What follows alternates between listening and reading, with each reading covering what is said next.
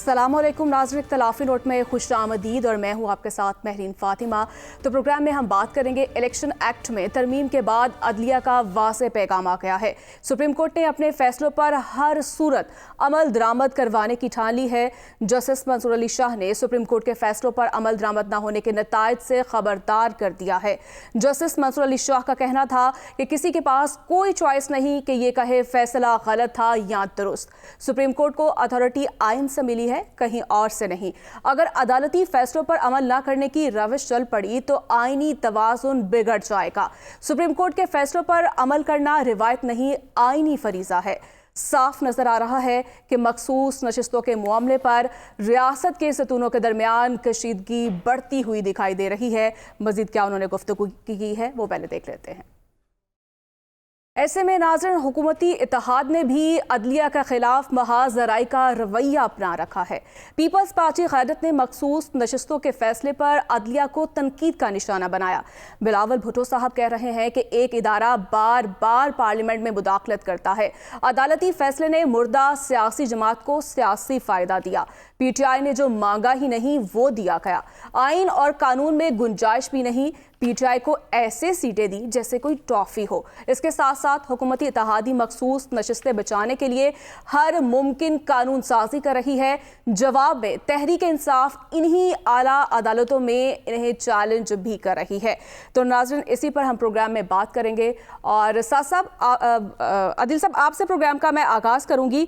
और जिस तरह से हमने देखा कि जस्टिस मंसूर अली शाह साहब ने वाज़ेह पैगाम दिया है, उन्होंने कह दिया है कि सुप्रीम कोर्ट ने अपने फैसलों पर हर सूरत अमल दरामद करवाने की ठान ली है और अब किसी के पास कोई चॉइस नहीं कि वो ये कहे कि ये फैसला गलत था या दुरुस्त था। क्या देख रहे हैं आप, इसके क्या नताइज होंगे? देखिए, ये तमाम चीज़ें मखसूस नशस्तों के फैसले से जुड़ी हुई हैं।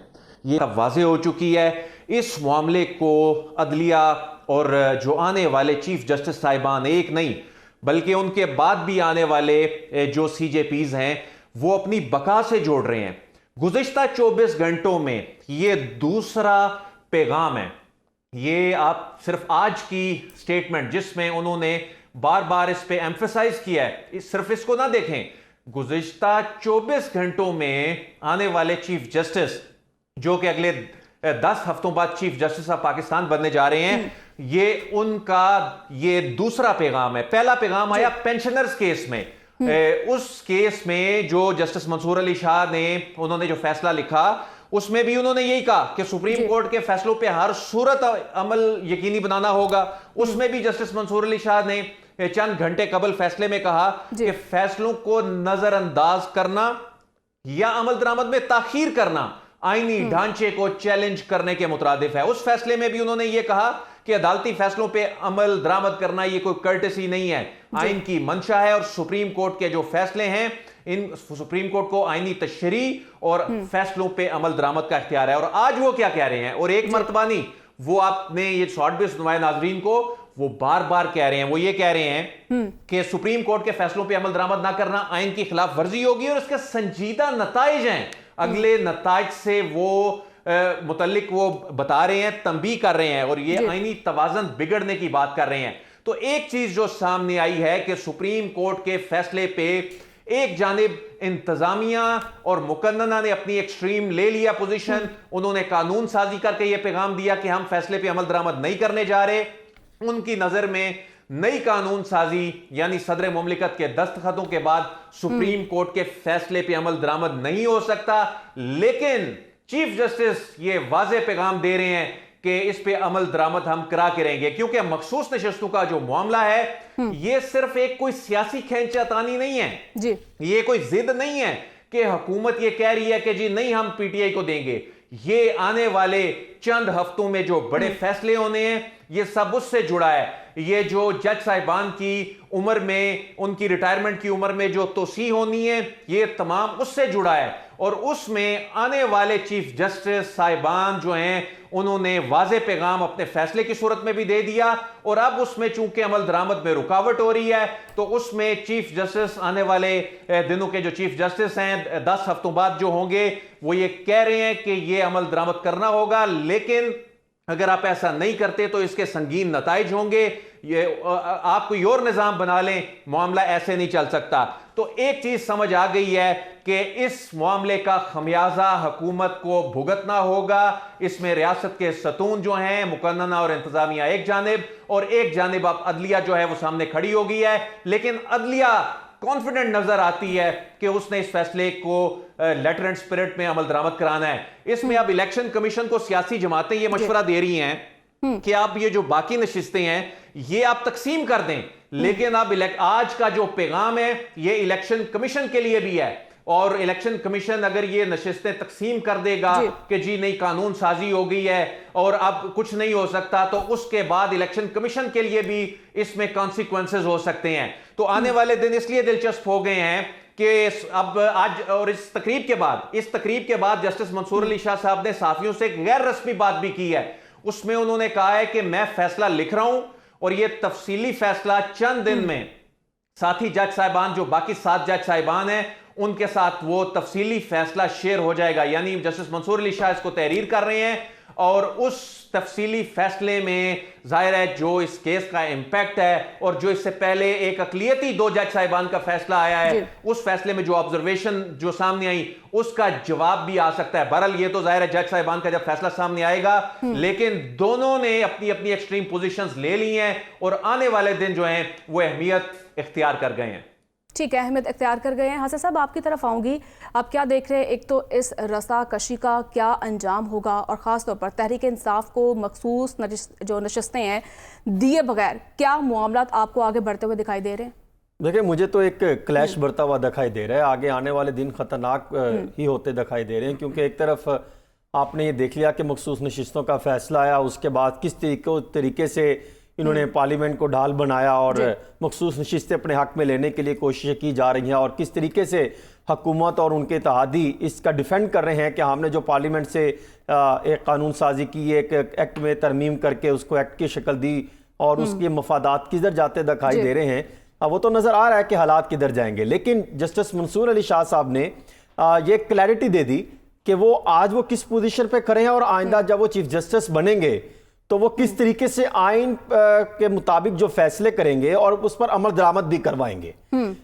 हुकूमत की यही हुकूमत जब PDM 1 थी तो उनकी तो तारीख है कि जिस तरह जब जस्टिस उमर अता बंदयाल का फैसला आया था 3 माह का वो इंतखाबात करवाने का, तो इन्होंने करवाए थे या पार्लियामेंट को ढाल बना के बैठ गए थे कि हालात हमारे हक में नहीं है। तो आज भी जो है अदालत अपने उस फैसले पर स्टैंड करती दिखाई दे रही है कि जो उन्होंने मखसूस नशिस्तों का फैसला दिया, हुकूमत चाहे उसमें तरामीम लेकर आ जाए, हुकूमत चाहे जिस मर्जी के खिलाफ कोई मुहिम साजी में हिस्सा डाले, डायरेक्टली और इनडायरेक्टली जजेस की किरदार कोशिश करे, लेकिन उन्होंने ये वाजे कर दिया कि आइन के मुताबिक हमने फैसले किए हैं, अमल दरामद करना है, वरना एक खतरनाक पोजीशन पर पहुंच जाएंगे। अब देखना यह है कि जनाब हमारे मोहतरम जनाब इज्जत माब प्रोफेसर डॉक्टर नवाज शरीफ साहब, शहबाज शरीफ साहब और आसिफ जरदारी साहब वो क्या लाइन लेते हैं, वो किधर जाते हैं। इनके मंशूर पढ़े, इनके तो मंशूर में ये बातें हैं अदलिया का एहतराम होगा, अदलिया के फैसलों पर मनो और अमल दरामद किया जाएगा। ये तमाम डॉक्टर साहिबान जो सियासत के बने फिरते हैं, अब ये किस हद तक अदालती जंग में पोजीशन लेंगे। लेकिन ये मुस्लिम लीग नून अभी तक मेरी इत्तला ये है और उनके इत्तेहादी उनके साथ खड़े दिखाई दे रहे हैं कि हमने भरपूर तरीके से एक्सटेंशन डलवाने पर काम करना है, लेकिन किसी सूरत एक्सटेंशन मिलती दिखाई मुझे तो नहीं दे रही। मुझे तो इतना पता है कि जो मर्जी कर लें, अगर आप एक्सटेंशन दिलवाने की तरफ गए तो एक नया रास्ता खुलेगा जिससे एक नया इस्तेकाम, अदम इस्तेकाम की पोजीशन बढ़ेगी। अदालती जंग तो शुरू हो चुकी, पार्लियामेंट ने कानून साजी की, वहां पर चले गए। मैं पहले दिन से यह बात कर रहा हूं कि जब तहरीरी फैसला आएगा तो तमाम के तमाम जो सवालात कर रही है अपोजिशन, पार्लियामेंट में जो इन्होंने सरकारी खजाने का इस्तेमाल करते हुए, अवाम के वसाइल का इस्तेमाल करते हुए जिस तरीके से इन्होंने वहां पर तकारीरें की, अदलिया मुखालिफ बयान दिए। भी कल बिलावल भुट्टो सरदारी साहब ये बात कर रहे थे कि हम जिस तरीके से उन्होंने बयान किया तो उनको वो भूल गया कि जो मंशूर में जो दावे किया करते थे अदलिया का एहतराम होगा, हालात बेहतर करेंगे। जो गुफ्तगू की है बिलावल साहब ने कल पार्लियामेंट में, वो अपने नाज़रीन को जरा सुनवा देते हैं हम।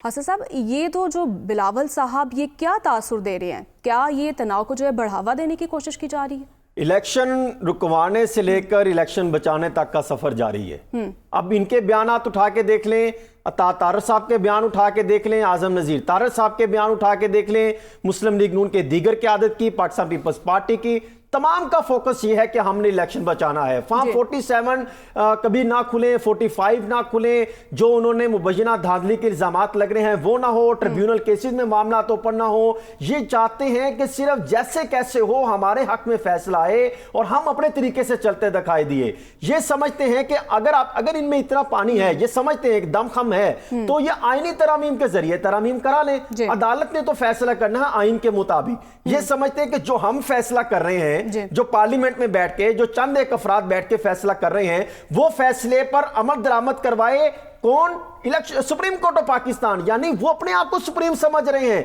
भाई अगर आप इतने सुप्रीम हैं, अगर आपका काम है कानून साजी करना, आइन में तरमीम करने का इख्तियार पार्लियामेंट के पास है, लेकिन आइन पर अमल दरामद करवाने का इख्तियार सुप्रीम कोर्ट ऑफ पाकिस्तान का है, जो वो अपने मुताबिक कर रहे हैं। जो कह रहे हैं कि हम अमल दरामद करवाएंगे, जो अमल दरामद नहीं होगा तो वो तौहीन अदालत के जुम्मे में बिल्कुल आएगा। ये हो नहीं सकता। और मुझे लगता है कि उसमें फिर देखना यह है कि क्या ये सारे अफराद साइड पर हो जाएंगे, क्या शहबाज शरीफ साहब तौहीन अदालत के मुर्तकिब होंगे, क्या इलेक्शन कमीशन ऑफ पाकिस्तान तौहीन अदालत के मुर्तकिब होंगे। हालात ये बन रहे हैं, उनका ये ख्याल है हुकूमत का कि हम जुडिशरी के खिलाफ एक इत्तेहाद बना के उनके मुखालिफ कैंपेन लॉन्च करके इनको हम कंट्रोल कर लेंगे। लेकिन मैं जितना इन जजेस को मैं जानता हूं, इनके मैंने केसेस पढ़े हैं, इनके मैंने अदालतों में मैंने जाके देखा है, ये जजेस जो है अपने फैसले पर कायम रहने वाले हैं। और आइंदा आने वाले दिनों में आप देखेंगे कि जस्टिस काजी फायज ईसा साहब भी किस तरीके से फैसले देंगे। तो फिर हुकूमत किनकी सपोर्ट करेगी, फिर हुकूमत किसकी तरफ बात करेगी कि फलां फैसले गलत थे। इस केस में, मखसूस नशिस्तों के केस में, काजी फायज ईसा साहब भी अमल दरामद करवाएंगे, मंसूर अली शाह साहब और तमाम वो अफराद जिन्होंने फैसले दिए हैं, सवाए आप वो इख्तिलाफी नोट वाला निकाल दें, बाकी अमल दरामद करवाएंगे। वो इनके खिलाफ इन्होंने जो पार्लियामेंट से कानून साजी की, आपको तो अंदाजा है उनके जेहन में क्या था।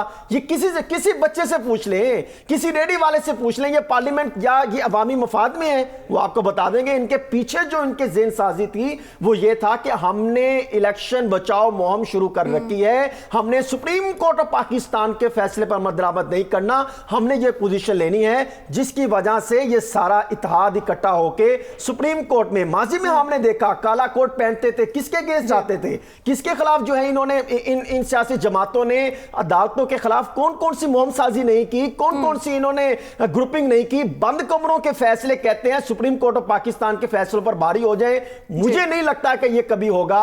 जो मंसूर अली शाह साहब ने फैसला सुनाया है, या उन्होंने जो डायरेक्शन वाजे की है कि फैसलों पर अमल दरामद होकर रहेगा और अमल दरामद करना होगा, वरना इनके लिए जो है वो सियासतदानों के लिए हालात मुनासिब होते दिखाई नहीं दे रहे, मुझे लगता है। ठीक है, साहब साहब आपकी तरफ आऊंगी। जिस तरह से बिलावल साहब ये कह रहे हैं कि अदालती फैसले ने मुर्दा सियासी जमात को जो है वो सियासी फायदा दिया, पीटीआई ने जो मांगा ही नहीं वो दे दिया गया है, आइन और कानून में भी इसकी गुंजाइश नहीं है। तो जो ये बिलावल साहब कह रहे हैं पाकिस्तान तहरीक इंसाफ को जो दिया गया, क्या लगता है आपको, क्या वो आइन और कानून के मुताबिक नहीं है?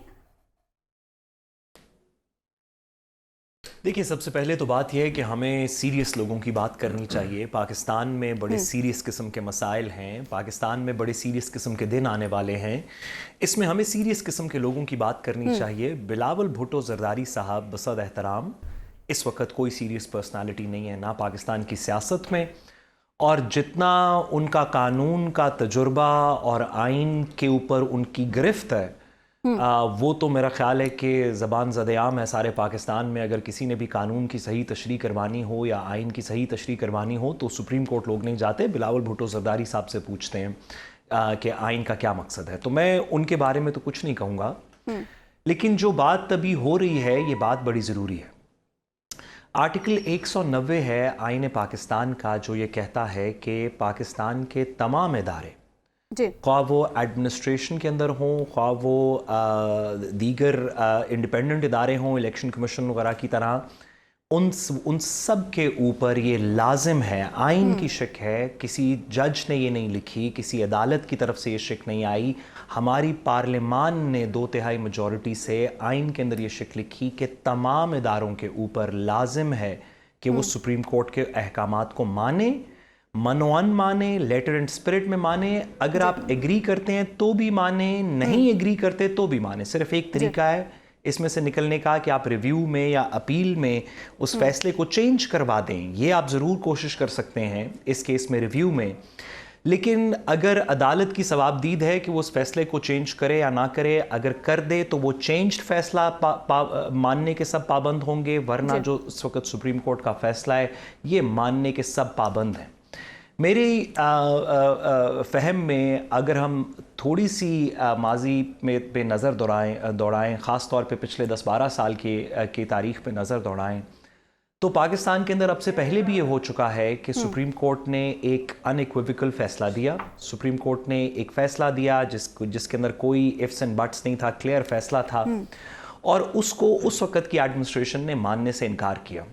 मैं बात कर रहा हूँ पीपल्स पार्टी की जब गवर्नमेंट थी और स्विस अकाउंट्स के लिए एक ख़त लिखने का फ़ैसला सुप्रीम कोर्ट ने कर दिया था और वो फिर मानने से उस वक़्त की हुकूमत ने इनकार किया। तो हमें याद है कि कंटेम्प्ट प्रोसीडिंग्स के अंदर प्राइम मिनिस्टर यूसुफ रज़ा गिलानी साहब को डिसमिस किया गया इस वजह से कि उन्होंने सुप्रीम कोर्ट का फ़ैसला नहीं माना। फिर जब राजा परवेज़ अशरफ साहब को प्राइम मिनिस्टर बनाया गया तो उनके ख़िलाफ़ भी कंटेम्प्ट की प्रोसीडिंग्स चली, वो भी डिसमिस होने के नहज पे आ गए और फिर हुकूमत को नेसेसरली वो फ़ैसला मानना पड़ा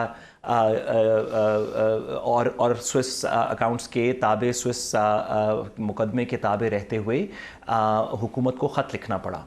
ये बात बड़ी अनहोनी है। हमें एक एग्ज़ाम्पल का पता है, ये भी रिसेंटली जब बंदयाल साहब ने फ़ैसला दिया कि इलेक्शंस करवाए जाएं 30 दिन के अंदर, वो नहीं हुए। लेकिन उस वक़्त का माहौल, उस वक़्त की सुप्रीम कोर्ट, उस वक़्त की इसका सेटअप ना पाकिस्तान की तारीख़ में कभी पहले हुआ था, ना आइंदा होने की उम्मीद है। हमारा आइन यही है, कानून यही है, हमारी जूरिस्प्रूडेंस यही है कि सुप्रीम कोर्ट के फ़ैसले से आप डिसएग्री कर सकते हैं। आप कह सकते हैं कि इसकी मेरी फ़हम में कानून में ये दुरुस्त फ़ैसला नहीं है, या मेरी फ़हम में ये आइन में दुरुस्त फ़ैसला नहीं है। ये आपका हक़ है, हर शहरी का हक़ है कि वो हर इंस्टीट्यूशन का भी हक़ है कि वो सुप्रीम कोर्ट के फ़ैसले के ऊपर कुछ नुक्ताचीनी करे। इलेक्शन कमीशन ये कह सकता है कि हम इस फ़ैसले से एग्री नहीं करते, लेकिन जिस आइन ने ये हक़ दिया आपको आर्टिकल 19 में कि आप सुप्रीम कोर्ट के फ़ैसले पे तनकीद करें, उसी आइन ने आर्टिकल 190 के अंदर आपको ये पाबंद किया है कि तनकीद करना तो आपका हक़ है, लेकिन उसको आप गैर मौसर नहीं कर सकते, उसको डिनाई नहीं कर सकते। मेरे ख्याल में जो आज की तकरीब के अंदर मंसूर अली शाह साहब ने बात की, ये बात बिल्कुल आइन के मुताबिक है। आप किसी भी जी शऊर शख्स से पाकिस्तान में पूछ लेंगे, किसी कानून के तालिब इल्म से पूछ लेंगे, एक बिलावल भुट्टो जरदारी साहब को छोड़ के या अताउल्लाह तारड़ साहब को छोड़ के, तो वो आपको यही बताएगा। और माजी में ये लोग भी यही हमें बताते रहे कि सुप्रीम कोर्ट के फैसले की तकरीम होती है, आप उससे डिसएग्री करें, एग्री करें। एक्ट ऑफ पार्लियामेंट बन गया है, वो गजट नोटिफिकेशन में शाया हो गया है, उसके बाद अदलिया पार्लिमान से किस तरह निपटेगी? पार्लिमान एक और यानी रियासत का एक और सतून है, उसने अपनी पावर एक्सरसाइज की है आइन के तहत, वो भी आइन के तहत की है। तो इस मामले का अब आईनी हल क्या निकलेगा? इस लड़ाई में जीत आपको किसकी दिखाई दे रही है? ठीक है, जीत किसकी दिखाई देती है आदिल साहब, इसका मैं जवाब दूंगी। सबसे जी साथ साथ माजरा, मुझे ब्रेक की जाने बढ़ना है और नाज़रीन यहाँ पर शामिल करेंगे एक छोटी सी ब्रेक। स्टे विद अस।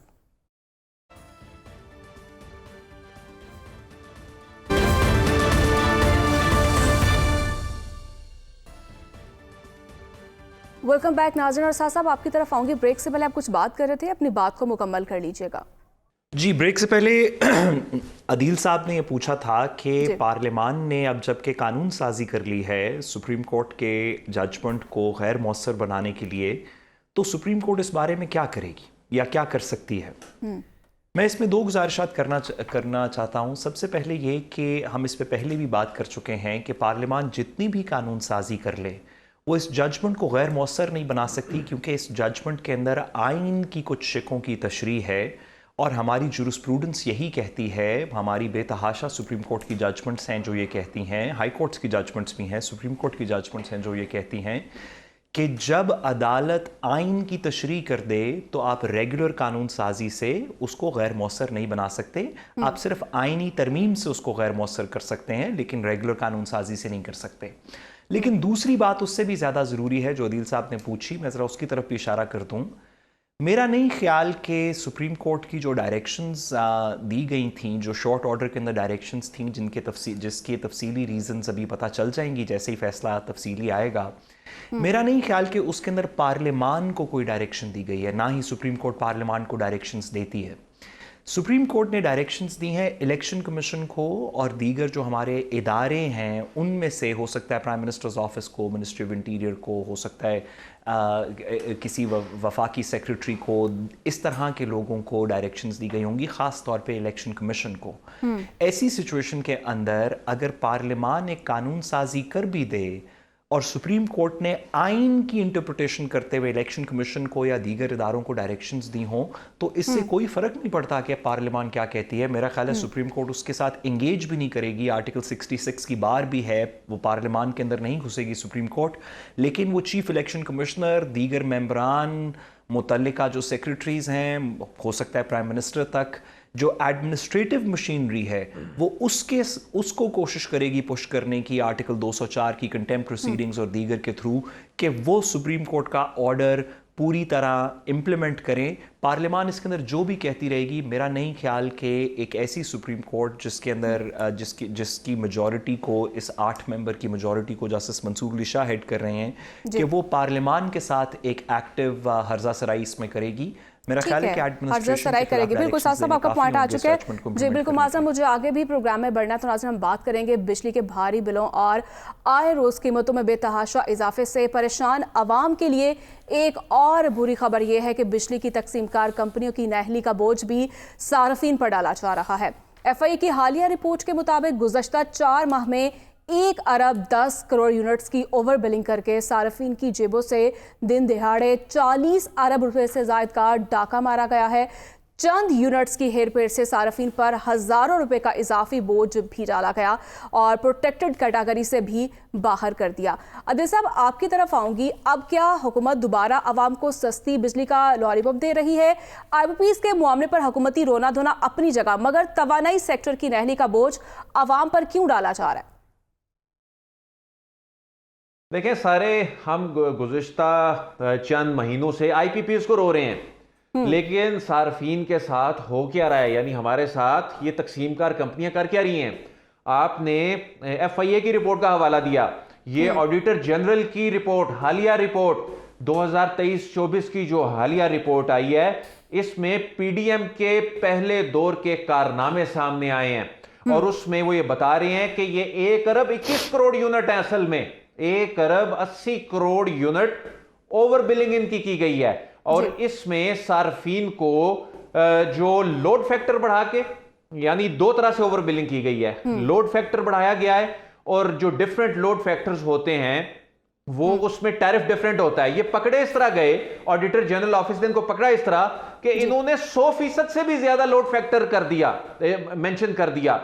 तो ये बड़ा अलार्मिंग था और इसमें उन्होंने जब देखा कि इतना एबनॉर्मल लोड फैक्टर है और इससे 87 करोड़ 70 लाख यूनिट जो हैं ये ओवर बिलिंग में डाल रहे हैं और ये 25 अरब रुपए सिर्फ इस तरह लोड फैक्टर बढ़ा के इन्होंने डाल दिए।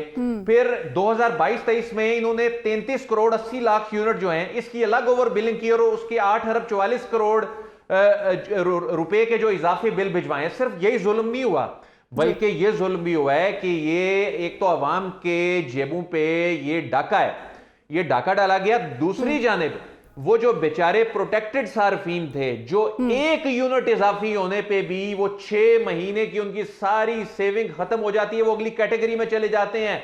यूनिट का जो उसकी जो कीमत है वो कई गुना बढ़ जाती है, उनको वहां से भी निकाल दिया गया। तो यानी ये सार्फिन के साथ जो इन्होंने जुल्म किया, ऑडिटर जनरल की रिपोर्ट में ये लिखा गया है कि ये अपनी नाअहली और अपनी चोरी, यानी बिजली चोरी और ये जो लाइन लॉसेज हैं उनको छुपाने के लिए इन्होंने ये लोड फैक्टर्स बढ़ाए और इन्होंने ओवर बिलिंग की ताकि लाइन लॉसेस जो हैं उनको छुपाया जा सके। ये रिपोर्ट ये कह रही है कि 1095 फीडर्स ऐसे थे जिनमें लॉसेस नेगेटिव में थे।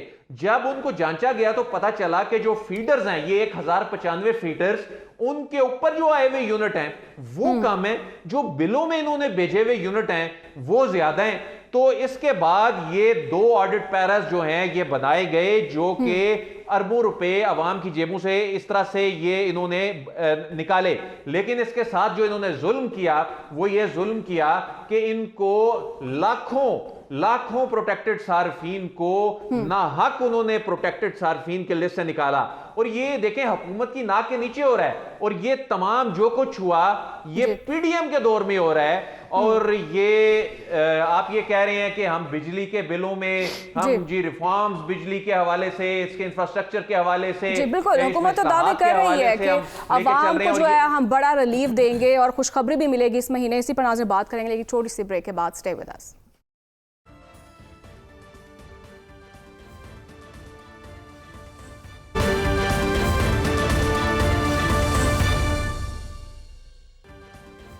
वेलकम बैक नाज़रीन। हसन साहब आपकी तरफ आऊँगी। अवैस लगारी साहब तो ये कह रहे हैं कि हम IPPs माहिदों का जो है हम जायज़ा भी ले रहे हैं। आइंदा चंद हफ्तों में आवाम के लिए खुशखबरियाँ भी हैं और तवानाई के मसाइल भी जो है हल करने की हम कोशिश करेंगे। और साथ साथ उनका इस महीने जो है बिजली की कीमत में इजाफा नहीं हुआ। गालिबन ये खबर भी आ रही थी कि 2 रुपये कुछ पैसे जो है वो बिजली में जो है इजाफा किया जाएगा। फिर उन्होंने कहा कि हमने जो आवाम को रिलीफ दिया वो 77 पैसे की कमी। ये किस किस्म का रिलीफ है? ये देखिए मेरी इत्तला ये है कि जिस हम अक्सर बात करते रहे कि जो हुकूमती सरपरस्ती में चलने वाले IPPs हैं, ख़ास तौर पे गवर्नमेंट ऑन जो हैं वो 4 हैं, उनको तो फौरी तौर पे बंद कर देना चाहिए। और इसी तरह बाद ऐसे IPPs के साथ जो कम से कम पाकिस्तानी हैं उनको तो फौरी तौर पे बंद करना चाहिए या उनके साथ मुज़ाकरात करके किसी न किसी नतीजे पर पहुंचना चाहिए। चाइना के साथ आप मुज़ाकरात कर लें, कोई ना कोई मामला हल निकाल लें। तो जब ये हम बातचीत चल रहे थे तो मेरी इत्तला ये है कि जो जहाँ से प्रेशर आ सकता है उन्होंने शायद ये फैसला कर लिया है। उन्होंने कहा है कि हुकूमती ओन तो फौरी तौर पर IPPs को बंद कर दिया जाए और जो बाकी IPPs हैं जो पाकिस्तान में चल रही हैं, 2015 में कुछ लगी, कुछ 2002 में लगी, फिर 1994 में कुछ लगे, इनको भी बंद कर देना चाहिए। और इस पर यह मामला चल रहे हैं। अब बात इतनी सी है, फैसला तो हो गया, अब अमल दरामद कराना है हुकूमत ने। और अब शराफिया और हुकूमत के दरमियान काफी मामला चल रहा है। देखते हैं ये कब तक इसके रिजल्ट आएंगे। वो होने से बिजली काफी सस्ती आएगी, 15 से 20 रुपए बिजली सस्ती जो है वो हो सकती है। दूसरा मामला शहबाज शरीफ साहब के सामने एक तजवीज रखी गई है कि फौरी तौर पर आइंदा चंद दिनों में आप ये ऐलान करें और ऐलान ये करें कि जहां पर 200 यूनिट तक का बिजली फ्री करने की सब्सिडी देने का ऐलान कर रहे थे, वो बढ़ाकर 300 यूनिट तक या 400 यूनिट तक जो है वो बिजली फ्री करने का ऐलान करें, ताकि जो मिडिल तबका है उनको जो बहुत ज्यादा उनके बुरे हालात हैं उनको रिलीफ मिल सके। मसला ये है फिर खजाने का बोझ उठा के आप इधर डालेंगे और फिर आवाम को रिलीफ देने का दावा किया जाएगा, मिलेगा फिर नहीं। फिर आप ओवर बिलिंग करेंगे, तकनीकी अखराजात डालेंगे, दीगर मामला डालेंगे, फिर मामला बनेंगे। फिर दूसरा ये है, अगर आप देखें तो एक ये भी खबर हमारे पास आई थी जिसकी तो मैंने अवाम के लिए खुशखबरी क्या होगी? देखिए अवाम के लिए खुशखबरी, जब ऑटोमेटिकली IPPs बंद करेंगे तो वो 15 से 16 रुपए बिजली कम होगी, फी यूनिट आपको कम जो है वो उसमें होता दिखाई देगा। और फिर दूसरा जो 300 से 400 सब्सिडी अगर वो दे देती है हुकूमत और ये ऐलान करती है तो 1-2 महीने के लिए ना देती है, वक्त ही बताएगा ना अवाम के लिए कितना रिलीफ होगा। तो नजर इसके साथ जो प्रोग्राम का वक्त भी खत्म हुआ चाहता है, मुझे इजाजत दीजिए, अल्लाह ने के बाद।